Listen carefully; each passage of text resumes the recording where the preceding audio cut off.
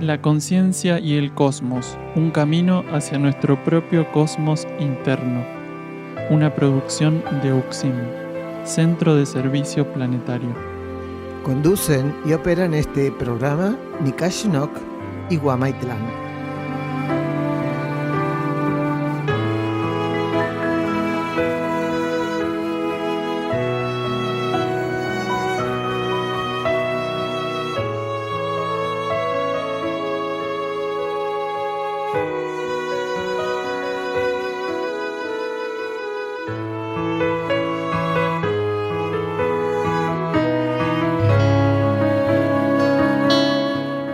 Estos programas están basados en las charlas, en los estudios, así les llamamos, que en forma gratuita ofrece, y con entrada libre también, ¿no es cierto?, ofrece Daniel Gagliardo todos los días miércoles y sábados en el Campo UXIM, Sierra del Cielo. También estos programas están basados en toda la bibliografía de UXIM, que son los libros escritos por Daniel Gagliardo. Todos estos libros se pueden encontrar en castellano, traducidos al búlgaro, inglés, francés y portugués en luzdelvalle.com.ar, también en Amazon y en Mercado Libre.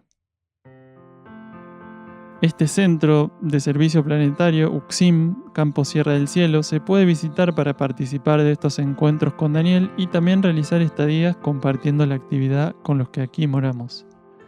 Se encuentra en las sierras de Córdoba, paraje Quebrada de Luna, camino a Ongamira, a 16 kilómetros de Capilla del Monte. Las estadías y todas las actividades que ofrece UXIM son libres y sin cobro de aranceles, incluyendo alimentos y hospedaje. Para más información visita uxim.org.ar, UXIM con K. Encontranos también en Facebook e Instagram. Toda la música que vamos a estar escuchando en este podcast es original de UXIM. Bueno, el título del programa de hoy: comprender el trabajo en la tridimensión y hacer lo correcto y necesario.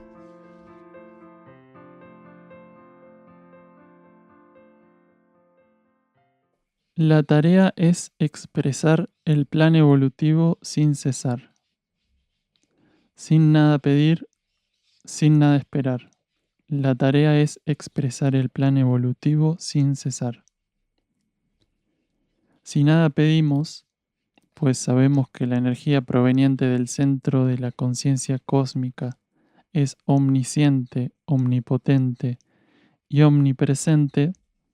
Si nada esperamos, sabiendo que el sustento no es aquello que reclamamos y ansiamos llegue, sino aquello que momento a momento nuestro cosmos interno ofrecerá a través de aquel camino que hacia él pudiésemos abrir, independientemente de las aparentes características, alcance o limitaciones del instrumento utilizado. Así, en gratitud y cultivo de una actitud superior, transcurrirá nuestra existencia habiéndonos tornado auxiliares de la liberación de aquello que permanecía raptado por nuestro egoísmo y complicidad con las fuerzas de la capa psíquica planetaria. Desidentificados de todo aquello que las fuerzas de reclusión pretendían como engañoso pago. Elevando silenciosamente nuestra conciencia, simple y espontáneamente reflejaremos la ley que libera la luz. Por el amor de Ariadna, un libro de Daniel Gagliardo. Vamos a leer la nota número 13 que está dentro del cuaderno de notas número 3, donde Gagliardo desarrolla una de las preguntas frecuentes, tanto acá en Sierra del Cielo como en los estudios fuera del Sierra del Cielo. ¿Cuál es mi misión? Vamos a leer trechos, ¿no es cierto? Sugerimos, como siempre, leer la totalidad. Necesitamos saber cuál es nuestra misión para poder concretarla y así cumplir con los designios de nuestra existencia.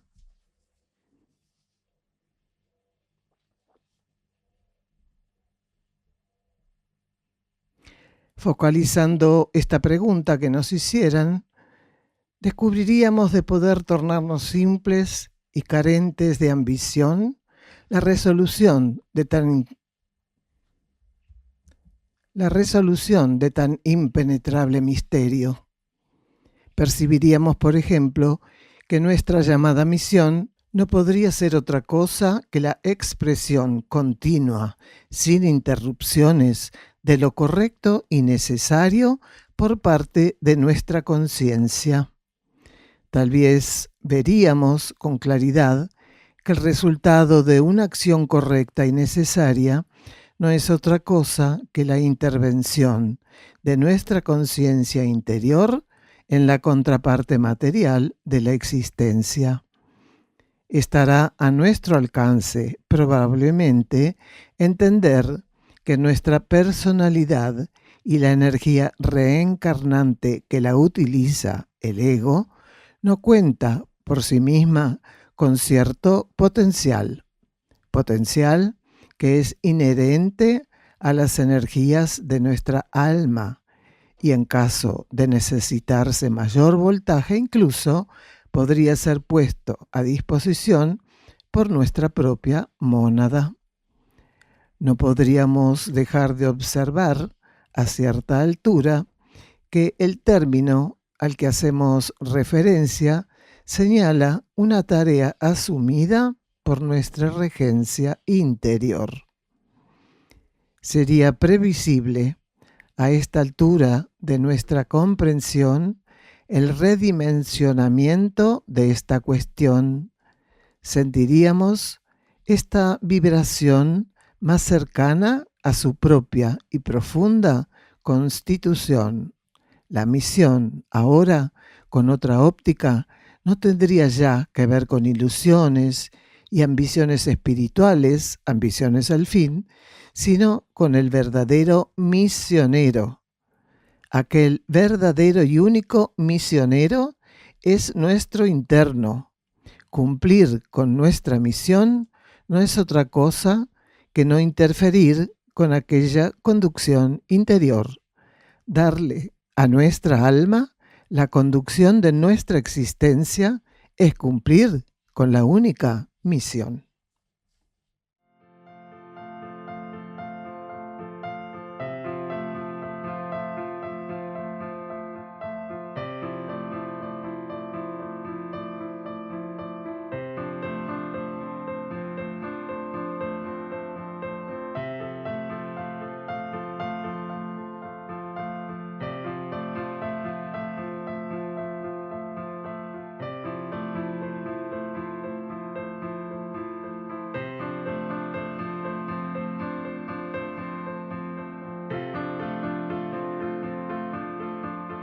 Comprender el trabajo en la tridimensión y hacer lo correcto y necesario, el título de hoy. Vamos por el primer bloque que titulamos Desencarnar y el trabajo del ego en los niveles internos. Consultan qué sucede al momento inmediato de la muerte de un ser. También aportan cuando el ego se desprende del cuerpo, ¿se queda un tiempo a su lado? ¿Un ego puede crecer más que el alma o van creciendo juntos? Escuchamos a Gagliardo. Termina un ciclo importantísimo y nos preparamos para otro. A ver, existe una única vida. Hay personas que creen que existe una multiplicidad de vidas. Existe una única vida, solamente que esa única vida, que es inmortal, indivisible, transcurre en periodos externos e internos. La conciencia no muere, por lo cual no hay muchas vidas. Hay una única vida que va transcurriendo en distintas condiciones, desde el reino mineral, pasando al vegetal, al animal, al humano, al espiritual, al monádico, al divino, al logóico. Quiere decir, hay una única vida que es inmortal, eterna, indivisible. Entonces, cuando un ser desencarna, esa conciencia que es inmortal, lo que hace es romper la bipolarización que tiene, porque una parte de la conciencia está encarnada y otra parte está en los niveles internos, rompe la bipolarización y pasa a la monopolarización. Transitoriamente las dos cosas. Un ser está encarnado y una parte de su conciencia está en los niveles internos y otra en los niveles externos. Cuando desencarna, ¿por qué desencarna? Porque la contraparte interior considera que ya ese aspecto externo, donde estaba haciendo experiencia, ya no sirve y hay que renovarlo, o hay que mudar de proceso evolutivo. Entonces, ¿qué ocurre? Se desencarna, pero no hay muerte ninguna. Lo único que se hace es disolver los mecanismos por los cuales la conciencia se exteriorizaba y estaba bipolarizada. Una parte polarizada en el nivel interno, la espiritual, y otra polarizada en el nivel externo, la material, la tridimensional, la psicofísica. Entonces, ¿qué se hace? Se concentra el ser en los niveles internos cuando desencarna.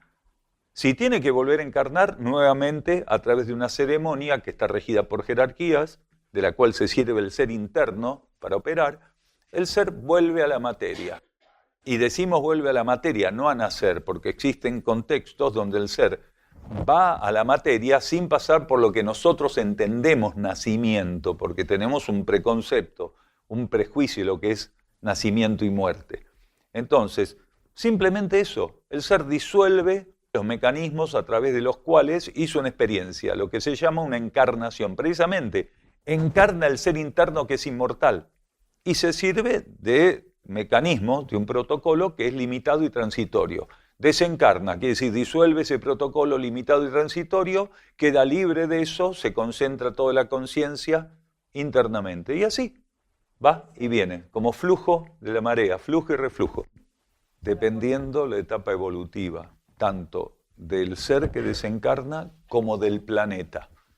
Por ejemplo, en el ciclo anterior, los seres desencarnaban y los egos quedaban, podríamos decir, desde nuestro concepto temporal, bastante tiempo apegados no solo al cuerpo físico, sino al cuerpo emocional y al cuerpo mental, porque el ego vive 3 etapas de desencarne. La primera etapa, la inmediata, es cuando desencarna o suelta el cuerpo etérico físico, el cuerpo concreto. Y el ego se concentra en los otros 2 polos, en el campo psíquico, quiere decir en el campo emocional, astral, y en el mental. Entonces, suelta su polarización en 3 campos, el cuerpo físico se disuelve y queda el ego trabajando con el cuerpo astral y el cuerpo mental. Cuando la energía a nivel kármico y la conciencia interna lo consideran, disuelven el cuerpo astral y el ego queda totalmente concentrado en el mental planetario, ya no tiene ni siquiera cuerpo astral. Y cuando lo considera, la energía que hasta ese momento rigió esa ceremonia, también va a tener que perder el cuerpo mental, lo va a tener que disolver, va a aceptar la disolución del cuerpo mental. Automáticamente cuando disuelve esos 3 cuerpos, la ley lo lleva a acercarse más al alma, porque en realidad el ego es una extensión del alma en la materia, que recibe un cuerpo físico, un cuerpo astral y un cuerpo mental.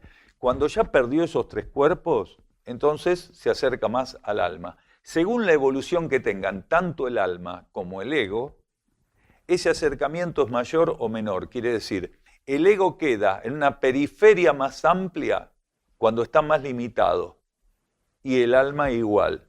Cuando están más limitados, el ego se acerca poco, ingresa al campo magnético del alma, pero queda más en la periferia, lo satelita de un modo más alejado, por decirlo así, del eje del campo central magnético. Cuanto más evolucionado es el alma y más evolucionado es el ego, cuando se produce ese desencarne, el ego va gravitando dentro de ese campo magnético más cerca del eje de conciencia del alma. Más evolución, más cerca queda. Cuanto más cerca queda, la empatía y el reconocimiento vibratorio ego-alma y es mayor. Y entonces el ego pasa a ser una herramienta de mayor precisión para el alma.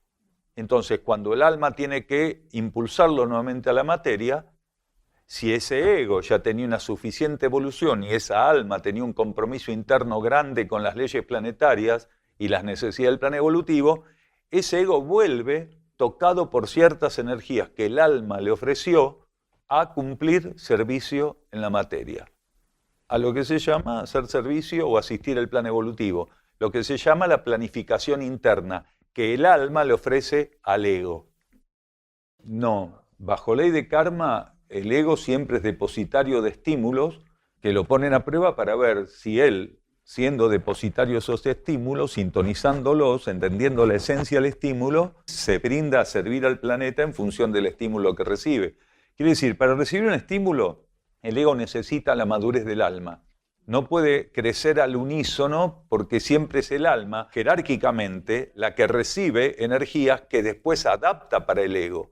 El ego lo que tiene como prueba es no quedarse atrás, pero crecer al unísono no, porque el orden jerárquico es la conciencia del regente capta energías, que es un contexto complejo de energías, pero vamos a sintetizarlo así. Capta energías, las adapta para la mónada. La mónada es la conciencia espiritual, el espíritu. La mónada capta esas energías, las adapta a su vez y hace que fluyan hasta el nivel del alma. El alma sintoniza esas energías en una ceremonia de alineación con la mónada, que es continua y perpetua, y las transforma en una sustancia que el ego sea capaz de recibir. Cuando el ego recibe ese estímulo profundo, esa sustancia superior, que es la energía que adapta el alma para él, tiene todo un trabajo para ver qué hace con eso. Si se queda indiferente, si lo rechaza, si lo acepta y a partir de si lo acepta, si es capaz de persistir en obediencia para que eso fructifique a partir de la voluntad del ego, que supuestamente quiere tener las condiciones adecuadas para hacer que eso circule en beneficio del plan evolutivo. Sí, pero que se acerque al alma significa que se acerca al foco que inicialmente es su propio faro. El alma es el faro del ego, lo que no quiere decir otra cosa, porque no está previsto kármicamente que eso sea así. Está previsto bajo ley evolutiva superior que los egos no van en esa fluctuancia que tienen, no van siendo puestos a prueba para ver qué hacen en relación cuando desencarnan, en relación a su cercanía con el alma, cómo responden. Es así. Por lo menos hasta ahora es así. De poder llegar por medio de la energía de la reflexión a estos esclarecimientos, veríamos que carecería de sentido creer que para cumplir con lo que nos corresponde debemos acceder primeramente a los planos y ver si nos agrada aquella perspectiva. Cada pensamiento correcto, cada sentimiento altruista y elevado, cada acción que se fundamente en la asistencia de legítimas necesidades es la tarea del misionero.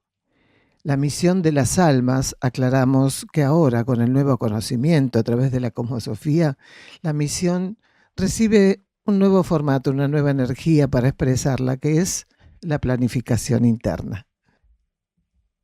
La misión de las almas es restaurar el ceremonial de la existencia material, instalar sus prolongaciones en la materia dentro de los genuinos ritmos expresados por el gran ritual del cosmos. Algunas almas y los vehículos de los que se sirven en base a potencialidades exclusivamente evolutivas asumen tareas de un cierto tenor. Tareas que podrían ser definidas por la mente especulativa como de un alto perfil. Otras, por el contrario, sirven desde el anonimato, aprovechando los beneficios que el mismo otorga para colaborar en la puesta en circulación de energías que de sobresalir serían fuertemente asediadas por las fuerzas retrógradas. Desde la óptica de los planos supramentales, no existen tareas mejores o peores. Existen niveles de entrega y receptividad. Existen distintos grados de evolución y manifestación. Vamos a un silencio bajo formato musical.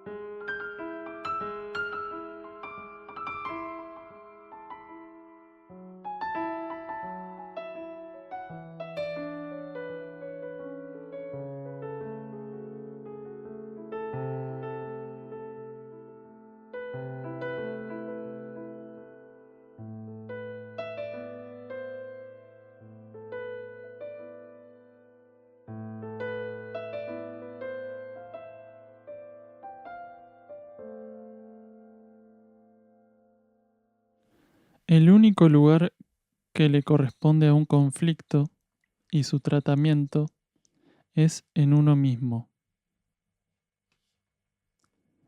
No hay otro ámbito, no hay otra posibilidad. Si siempre es visto de esa manera, no hay ninguna posibilidad, no hay excusa ninguna para que alguien vaya y aporte su conflicto, su desequilibrio, su mochila a otros.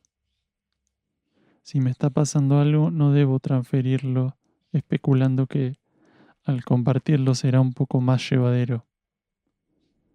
De caer en esa posición, automáticamente se activarán una cantidad de teclas kármicas que hubieran podido evitarse. Fragmento del cuaderno número 2 de la colección Cuadernos La Luz del Peregrino, llamado Pruebas. Vamos al segundo bloque. Se titula Recordar encarnaciones. Preguntan, ¿los recuerdos por qué no se recuerdan y dónde quedan? Hay personas que dicen recordar vidas pasadas. ¿Es por una fisura o la ley lo permite? Escuchamos a Daniel. La ley de olvido en el subconsciente. Claro, la esencia evolutiva queda en el ser, pero no los recuerdos. Porque el ego con los recuerdos es un mono con un revólver. Pero un mono con un revólver en sentido amplio, al punto de suicidarse. Porque al ego no le haría nada bien saber algunas cosas de él mismo. Entonces la ley de olvido lo protege para que no haga mal uso del recuerdo. En un sentido amplio mal uso, que sea perjudicial para él y para los demás. Entonces la ley de olvido le da al ego un beneficio. No pierde su evolución, tiene la síntesis de lo que creció evolutivamente, pero no puede acceder a recuerdos, porque los recuerdos están preservados, no negados, preservados de mal uso en el subconsciente. Si fuera por el ego, bueno, un ego inmaduro te decía que es una injusticia que él no pueda acceder a la puerta del subconsciente, pero un ego maduro dice, ¿yo qué tengo que hacer con el subconsciente? Yo tengo que vivir el eterno presente y servir ahora.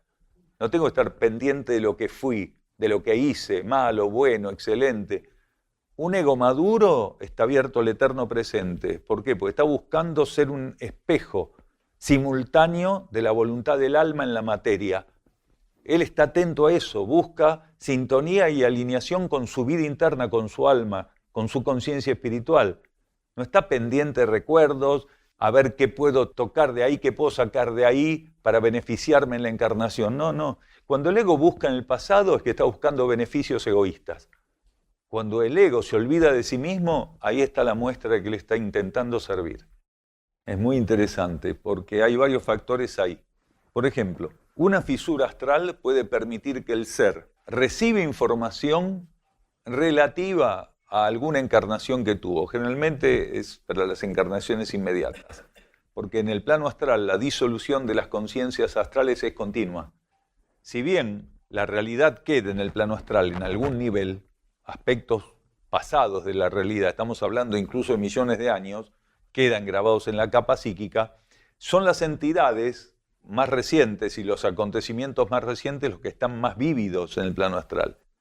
Entonces, una persona podría recibir a través de una fisura astral una información aproximada, a veces muy con licencia poética aproximada.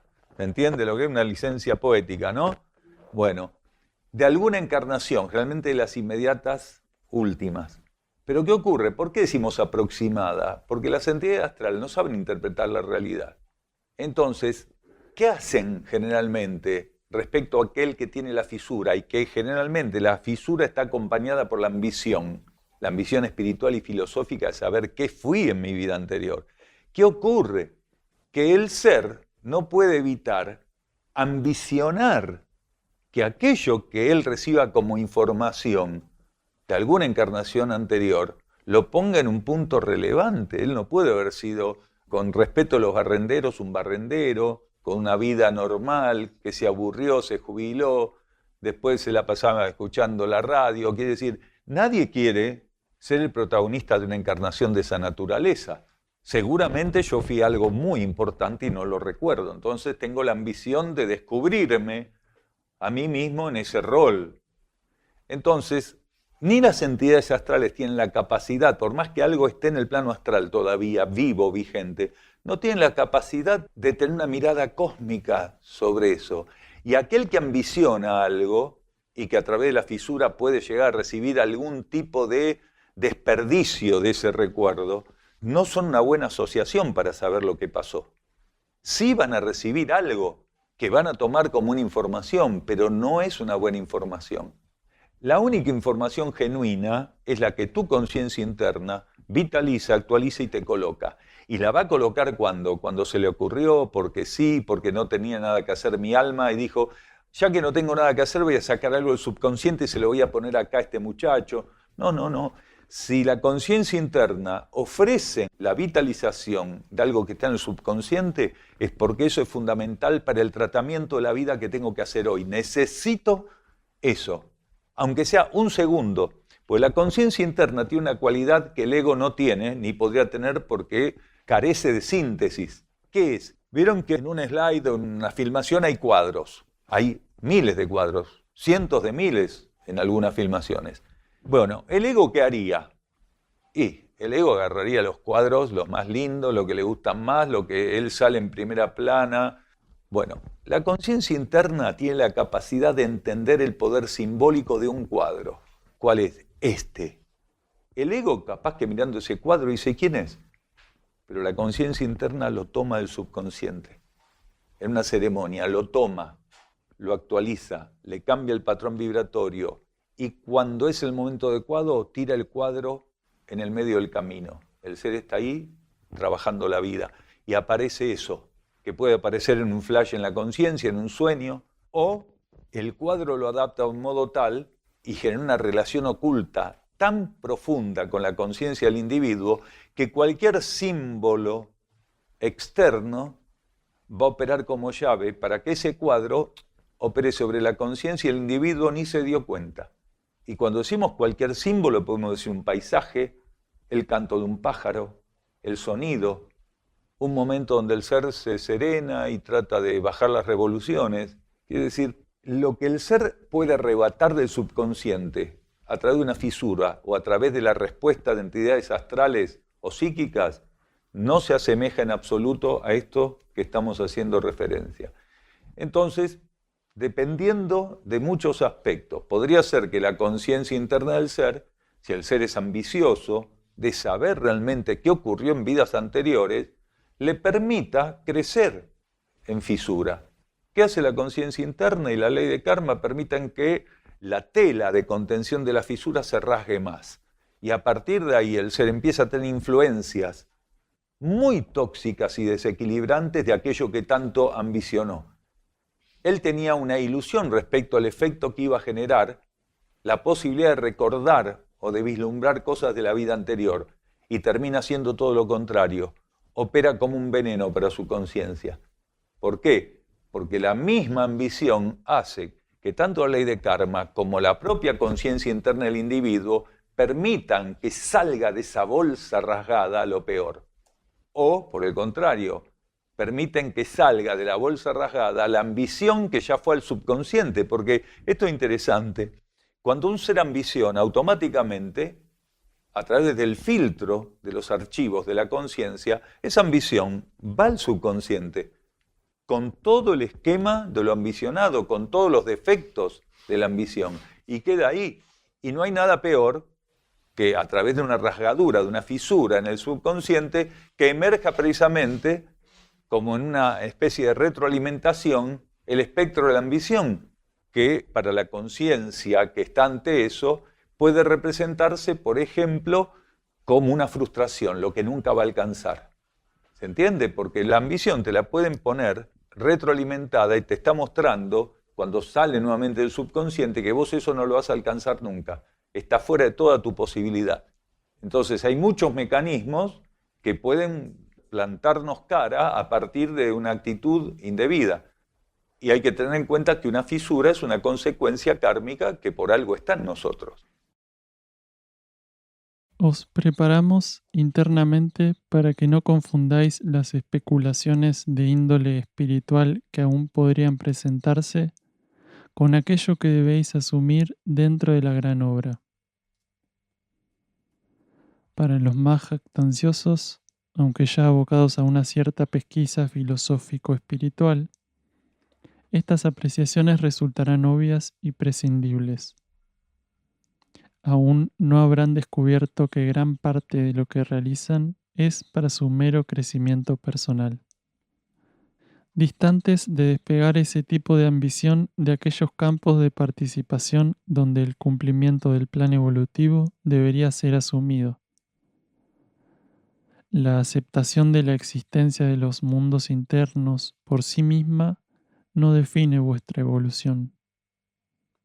Solo desinteresado trabajo y amor para que ellos puedan confluir en esta materialidad confirma vuestra participación en la concreción del plan. Vamos a un silencio bajo formato musical.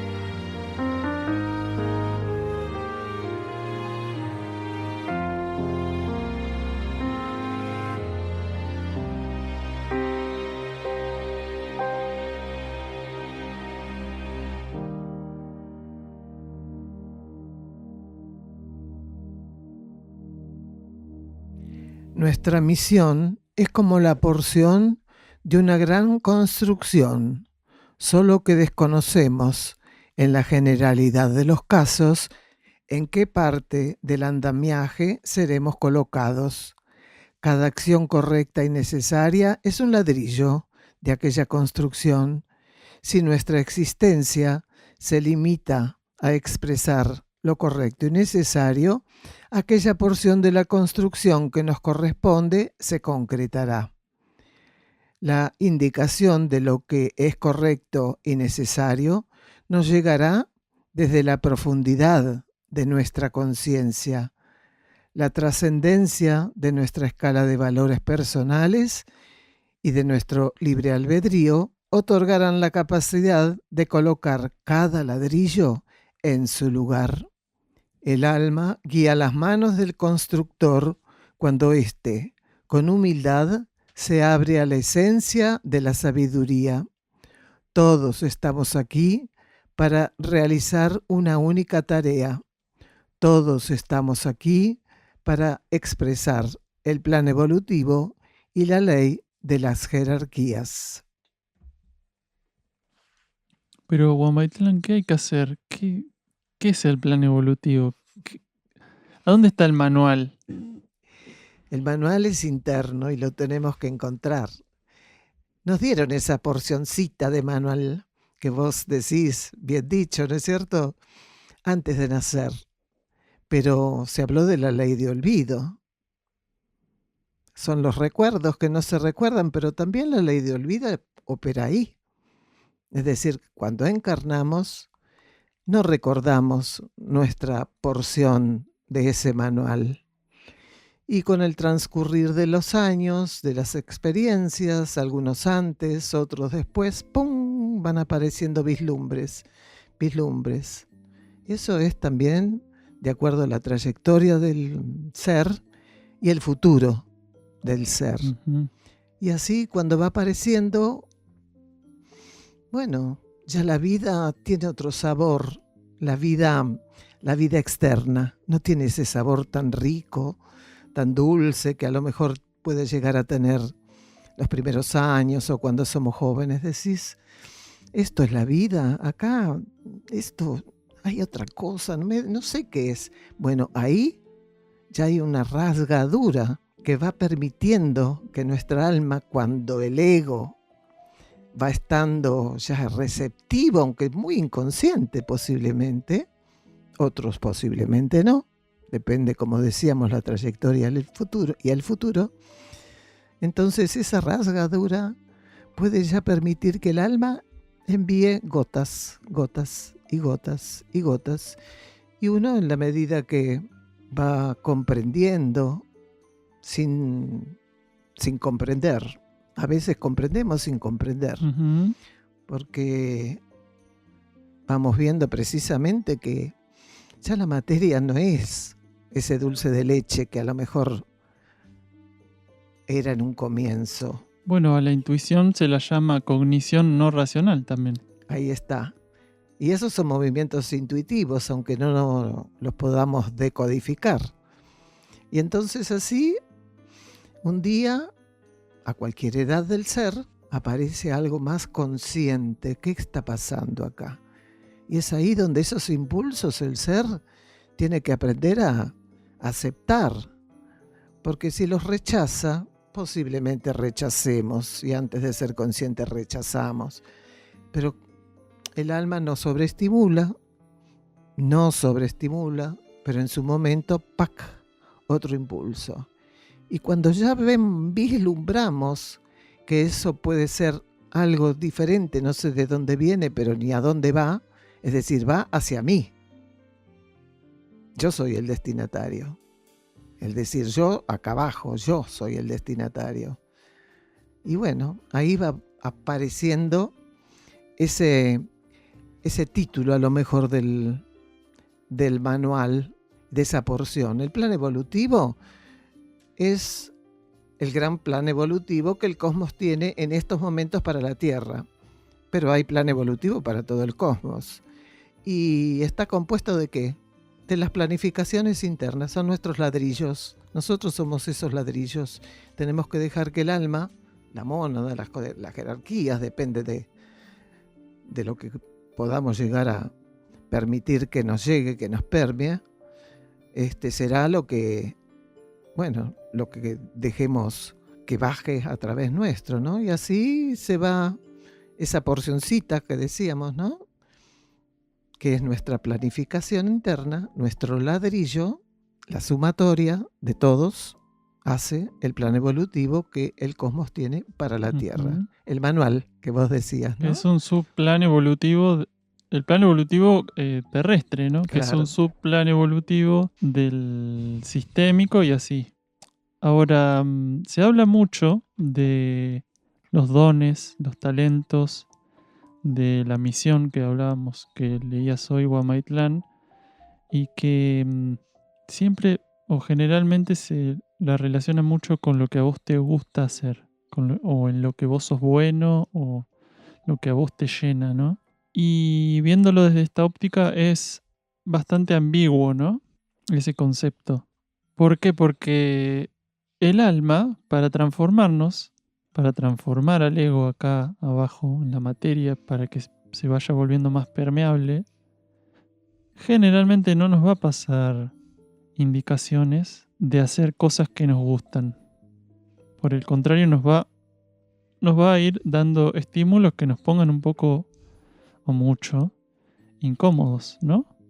Porque esa es la forma también de remover a las conciencias, y dependiendo del grado de dureza que tenga la persona, el ser interno le va a ir poniendo pruebas o estímulos o cosas que lo hagan más fuerte, ¿no? Cosas más fuertes para que se remueva de su identificación con la materia. Entonces, era como reflexión final, porque vemos que es muy común hablar de misión y conectarlo con lo que a uno le gusta hacer. Y se pierde muchísimo el potencial del ser haciendo lo que el ser le gusta nomás. Hay muchísimo más. Y en un momento el ser tiene que empezar a entender que tiene que atender necesidades impersonalmente, prescindiendo de si le gusta o no lo que tiene que hacer, ¿no? Alguna vez escuchamos a la instrucción que decía que eso que llamamos dones, que vos recién decías, ¿no es cierto? El alma, la mónada, la energía, la ley de karma, regula y coloca algunas cosas que podemos llamar dones, pero coloca mucho de lo otro que vos dijiste en esa encarnación. Precisamente porque nuestro ego sería muy soberbio si estuviéramos llenos de dones en esa encarnación, ¿no es cierto? Entonces hay muchos que los reserva, que no los coloca porque no van a ser necesarios para esa oportunidad. Sí, algunas cosas que, bueno, en estos momentos se llaman dones, llamamos dones. Claro, a eso nos referíamos más, a ese tipo de dones, que no son los genuinos de los cuales vos estás hablando. Claro, entonces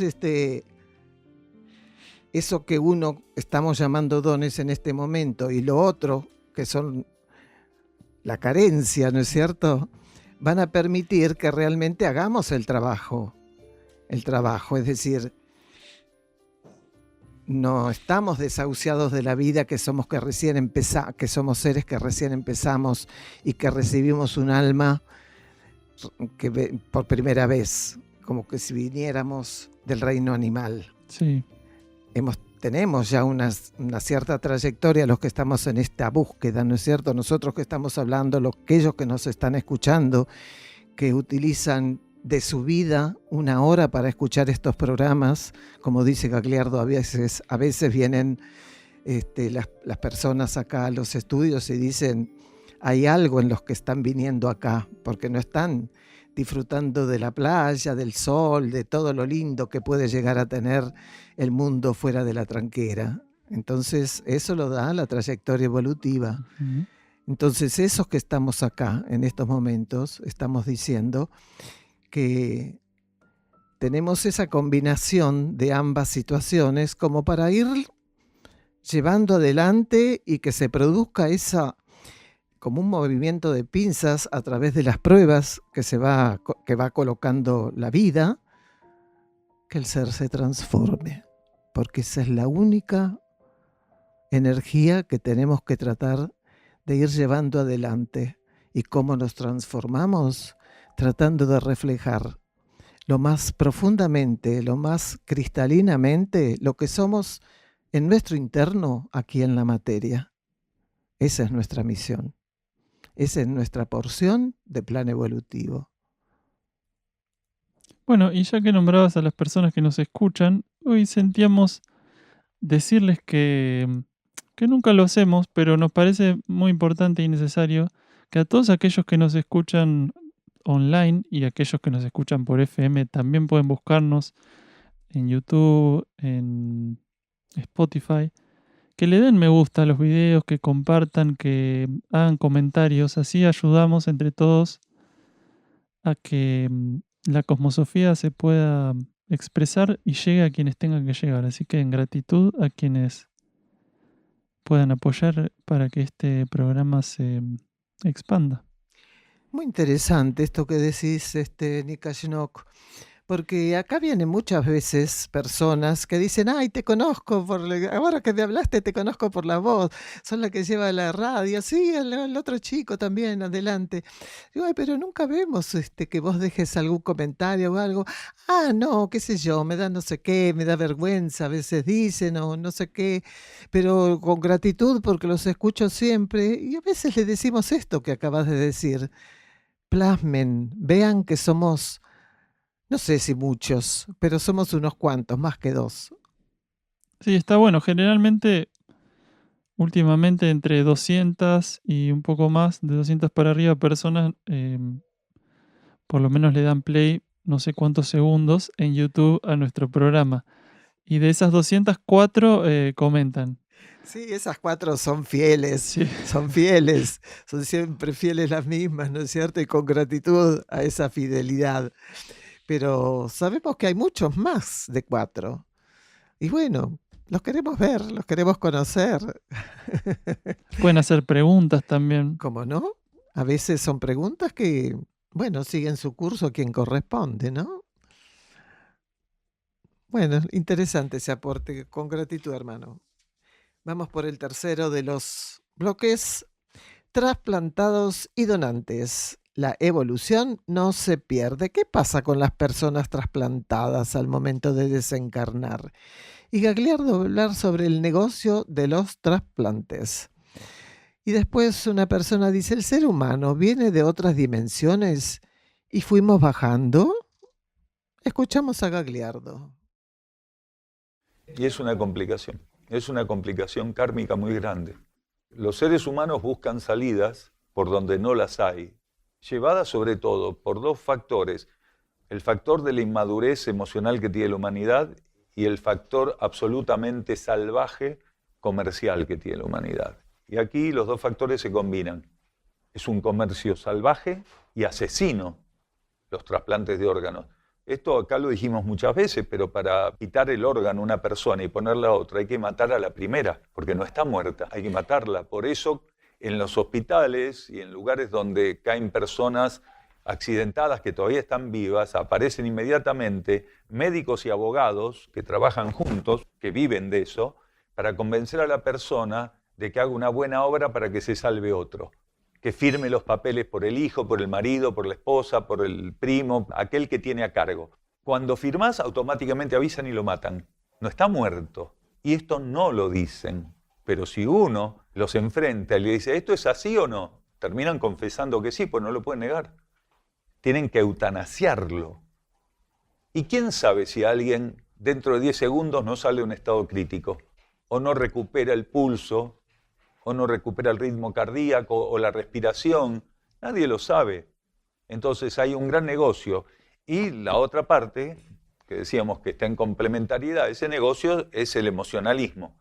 Entonces encuentra una familia quebrada porque tiene un hijo destrozado en una camilla, que le están diciendo que no se salva y que ese hijo puede vivir en un montón de cuerpos si donan los órganos, desde las córneas hasta los pulmones, el hígado, los riñones.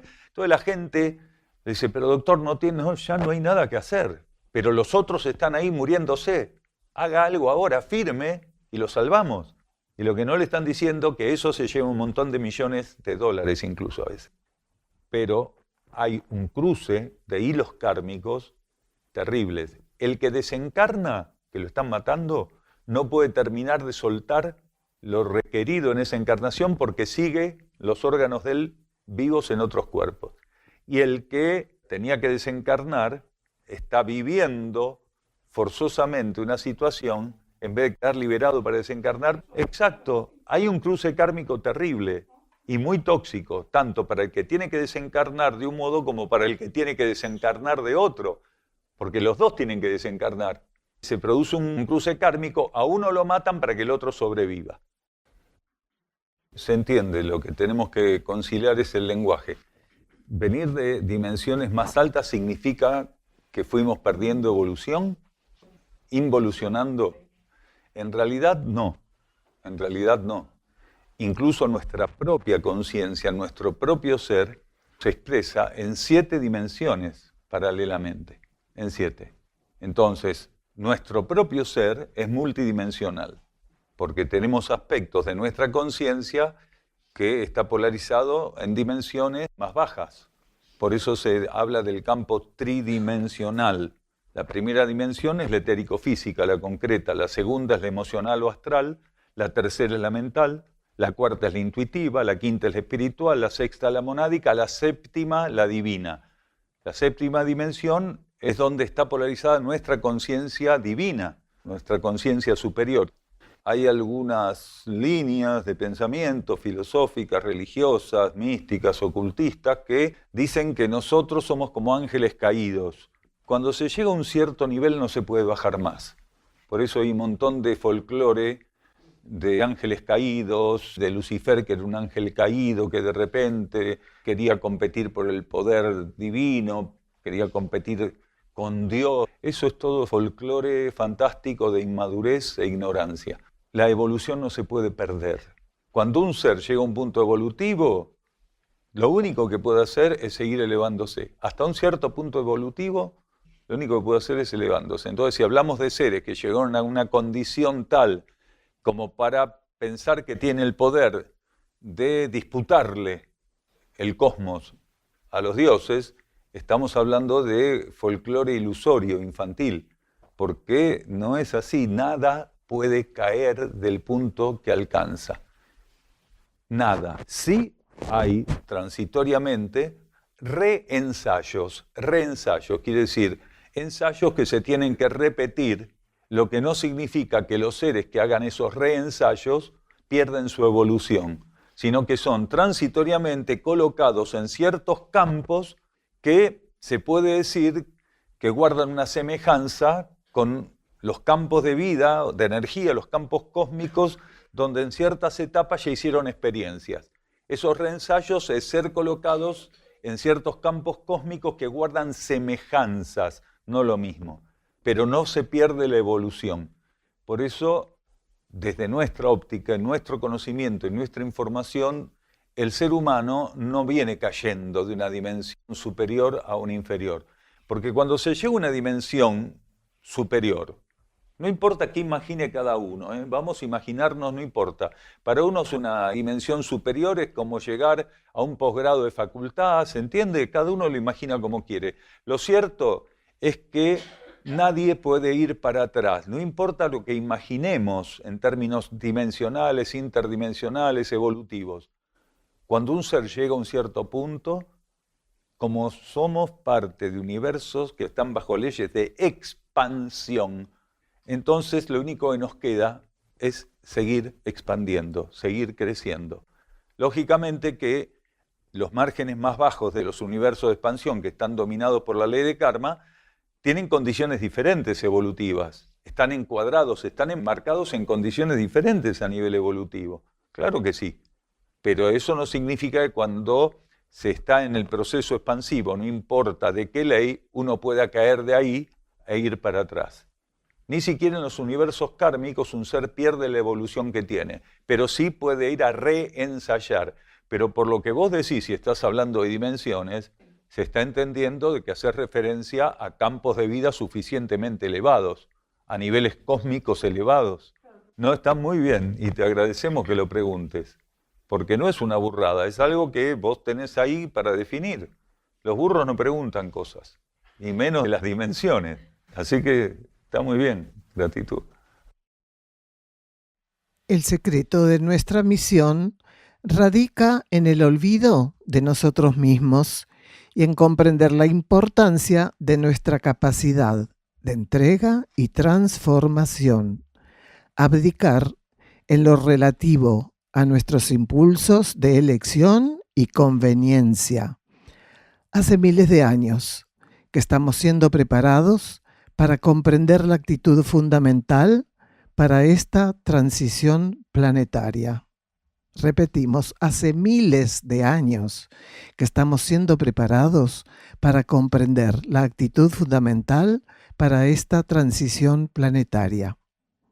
La energía de los profetas regó con simientes la aridez de la conciencia humana de superficie.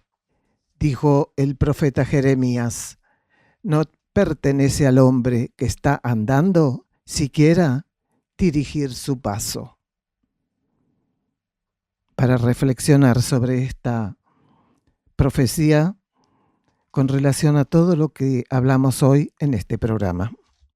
Conferencia de Cosmosofía con Daniel Gagliardo en Resistencia, Chaco. En estos encuentros, Daniel Gagliardo busca remitir a los seres hacia su propia fuente interna, profundizando toda clase de temas desde la óptica interior, en respuesta a las preguntas del público asistente. ¿Qué es la cosmosofía? Revelaciones internas que conducen al ser hacia una espiritualidad práctica, en alineación con la nueva polaridad energética planetaria. Instrucción espiritual actualizada. Serán bienvenidos el sábado 22 de agosto en la Universidad Popular, Mitre 198, segundo piso. Convocatoria 16:30 horas, comienzo 17 horas, con entrada libre y gratuita. Encontranos en Facebook e Instagram como Uxim Chaco. Avanzamos el título entonces del próximo programa, la mediumnidad, cooperación de la conciencia humana con la evolución vegetal. ¿Cómo os sentís en condiciones de esgrimir reclamos a la existencia, siendo que sois vosotros los que limitáis, por medio de una actitud, la recepción de aquello que os armonizaría con la ley? La senda del peregrino, Erx y la revelación de Ancenusa.